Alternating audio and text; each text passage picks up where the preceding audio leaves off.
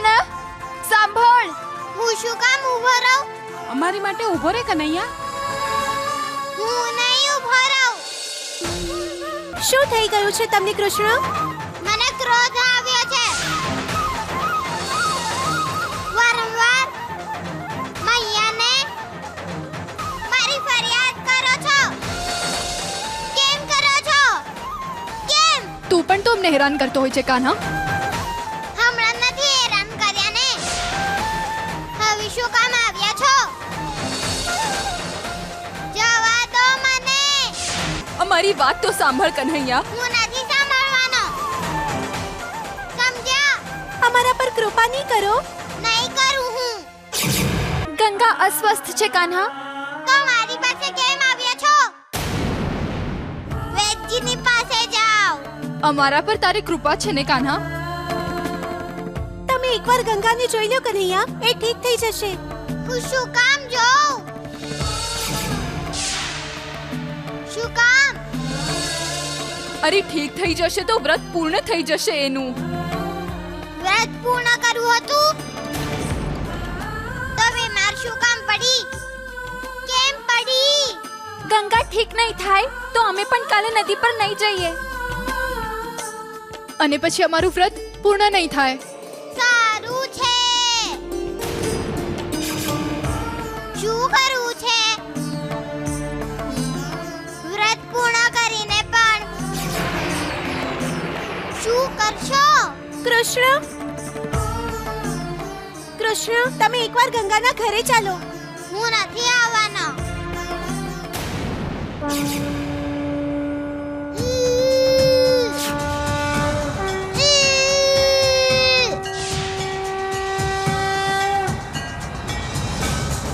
કાન્હા, કૃષ્ણ.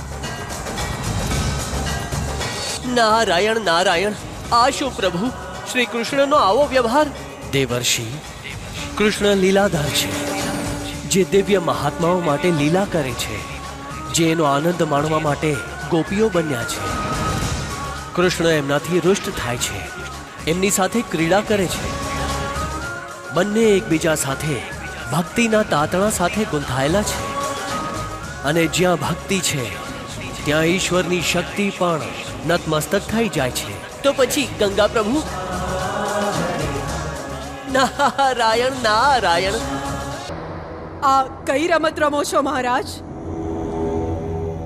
કેશનિયા, આ હું જીવન અને મૃત્યુની રમત રમું છું. આ કેવી રમત છે મહારાજ?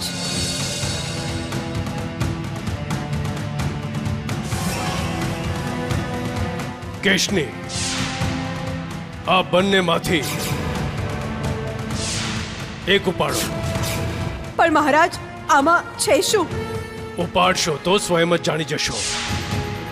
ઉપાડો. શું શું લખ્યું છે એમાં? અમૃત. અમૃત અર્થાત હું અમર થવાનો છું. કેશની, હું અમર થવાનો છું.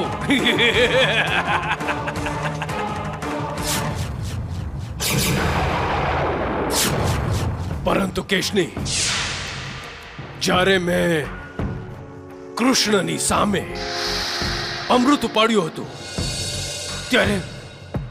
ત્યારે વિષ બની ગયું હતું.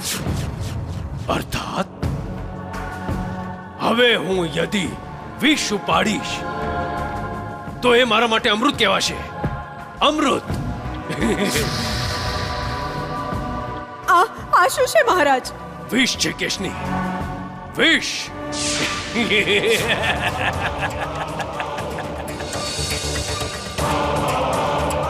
આ વિષ છે કેશની, જે હવે મારા માટે અમૃત બનશે. હું આને પી જઈશ અને સદા સદા માટે અમર બની જઈશ. આ શું ગાંડપણ છે મહારાજ?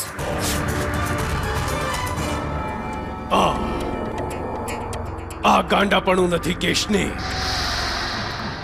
આ મારા અમૃતત્વને પ્રાપ્ત કરવાનો માર્ગ છે. અમૃતોને પ્રાપ્ત કરવાનો માર્ગ. કેશની, આ શું કર્યું તમે? આ શું કર્યું? મારા ભાગ્યના અમૃતને આ પ્રકારે ફેંકી દીધું. આ અમૃત નહીં, વિષ છે મહારાજ,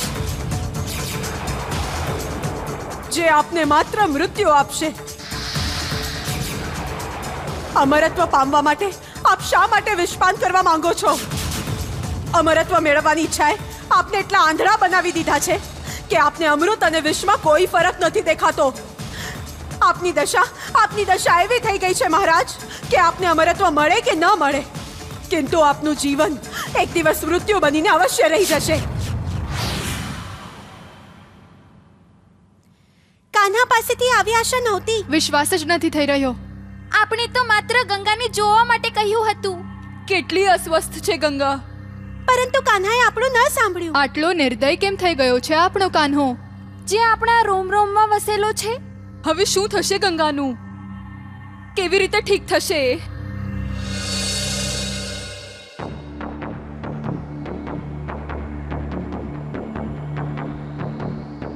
ગંગા પૂર્ણપણે સ્વસ્થ છે, તાવ નથી હવે. હું પૂર્ણ રીતે સ્વસ્થ છું વૈદ્યજી. હા,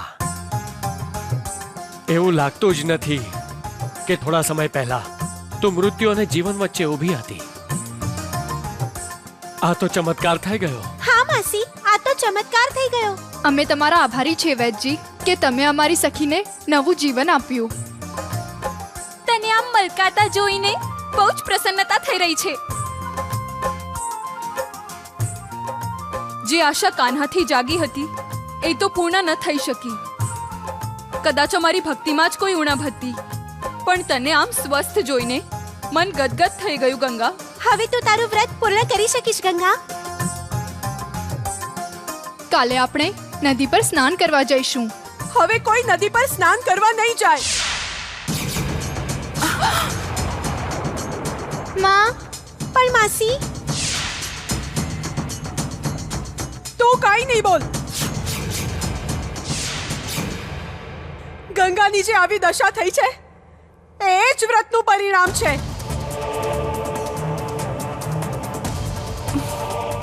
મારી દીકરી તો માંડ સાચી થઈ છે. ભલું થાય કન્હૈયાનું, જેણે આને નવું જીવન પ્રદાન કર્યું છે.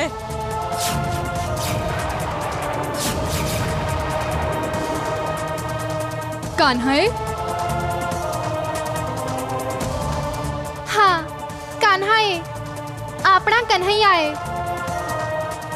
જો કૃષ્ણ અહીંયા ન આવત તો કદાચ તમારી આ સખી ગંગા ઠીક ન થઈ શકત.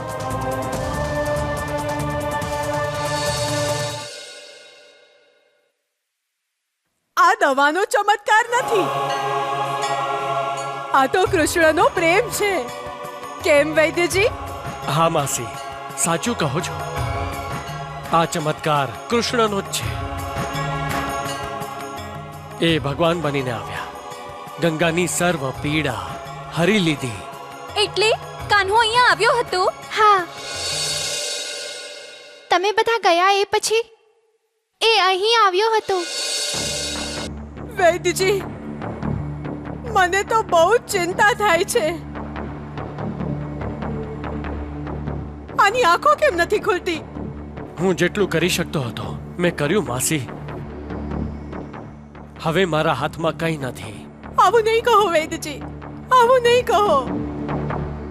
આ સમય આપ જ અમારા ભગવાન છો અને આપ જ અમારા ઈશ્વર છો. હવે સર્વ કંઈ આપના જ હાથમાં છે. સર્વસ્વ ઈશ્વરના હાથમાં છે. મારા હાથમાં કંઈ નથી. મને ક્ષમા કરો. માસી, કૃષ્ણ, શું થયું માસી? શું કામ રડો છો? હું છું ને. કન્હૈયા, જુઓ ને, અચાનક શું થઈ ગયું છે ગંગાને? શું થયું છે? અને કાંઈ પણ નથી થયું માસી. પણ થોડી વાર પહેલા તો તાવ હતો એમ જ ને. તાવ મસ્તિષ્કમાં ચાલ્યો ગયો હતો એમ જ ને.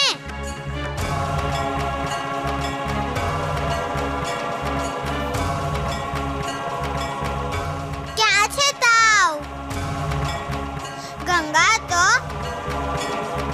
બિલકુલ સ્વસ્થ છે. ગંગા ગંગા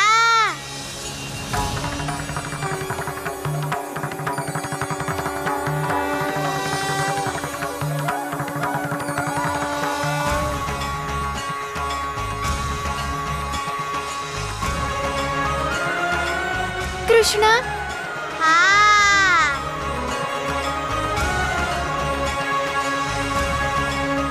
હું તમારો કાનો છું. તું મારી પાસે છે? હું તમારાથી ક્યારેય દૂર નથી ગયો, સમજ્યા?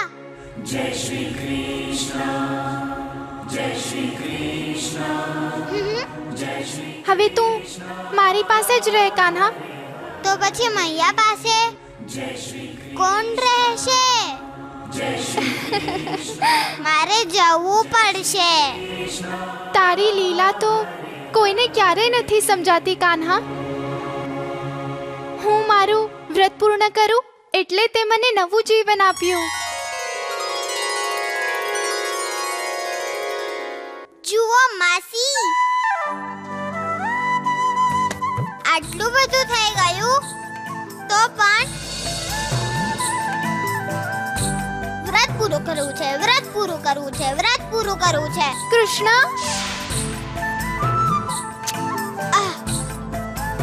તો કાઈ નહીં બોલ ગંગા. માસી, યાદ છે ને અમંગળની છાયા?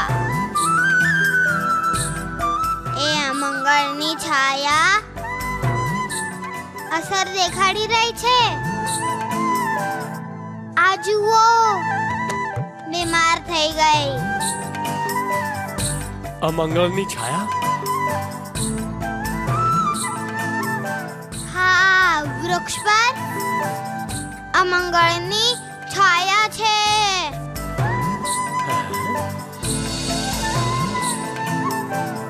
યાદ આવ્યું? હા કન્હૈયા, યાદ આવ્યું. મેં તમને ના પાડી હતી ને, કહ્યું હતું ને. હા, કયું હતું? તો પછી શું કામ મોકલી નદી પર? માસી, અમને વ્રત પૂર્ણ કરવા નહીં દેતા. હવે નહીં જવા દઉં.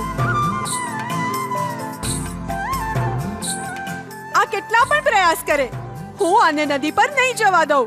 હા, નદી પર નહીં જવા દેતા, નહીં જવા દેતા. કેમ કે જો ફરીવાર અમંગળની છાયાએ એનો પ્રકોપ દેખાડ્યો તો હું પણ કંઈ નહીં કરી શકું, સમજ્યા માસી? હા, હમ?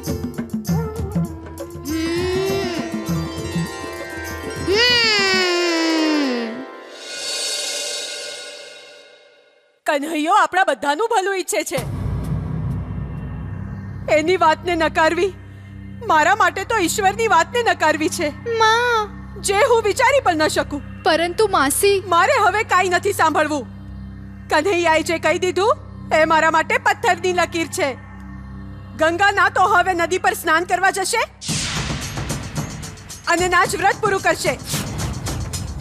આ મારો અંતિમ આદેશ છે. હું કન્હૈયાની વિરુદ્ધ નહીં જાઉં. કાન્હાની લીલા સમજાતી જ નથી ક્યારે. પ્રણામ મહારાજ, પ્રણામ મહારાણી. મહારાણી, મહારાજના ઉપચાર હેતુ હું વૈદરાજને લાવ્યો છું. વૈદજી, તમે મારા માટે વિષ લાવ્યા છો ને? મહારાણી, લાગે છે મહારાજની મનોદશા સારી નથી. હું જાણું છું. આપ ચિંતા નહીં કરો મહારાણી. શીઘ્ર મહારાજનો ભ્રમ દૂર થશે. એ પણ જાણું છું અમાત્ય ચાણૂર, પરંતુ મહારાજ ફરી ભ્રમિત થયા તો?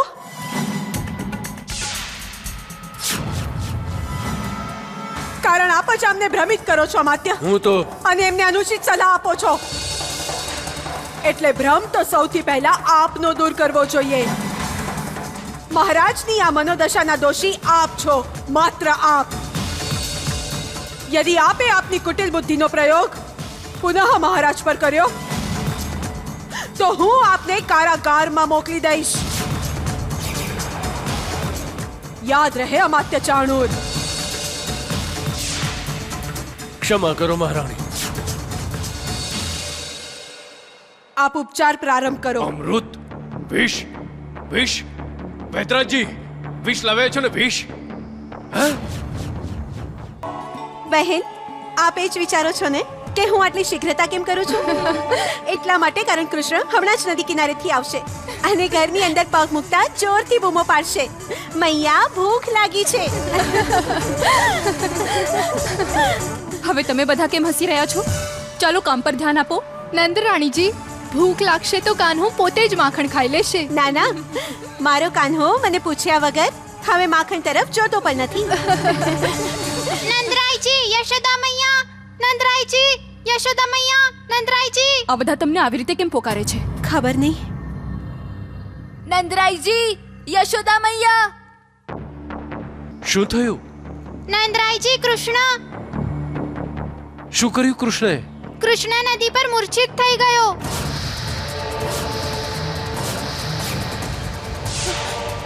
હે ભગવાન, ક્યાં છે કન્હૈયો?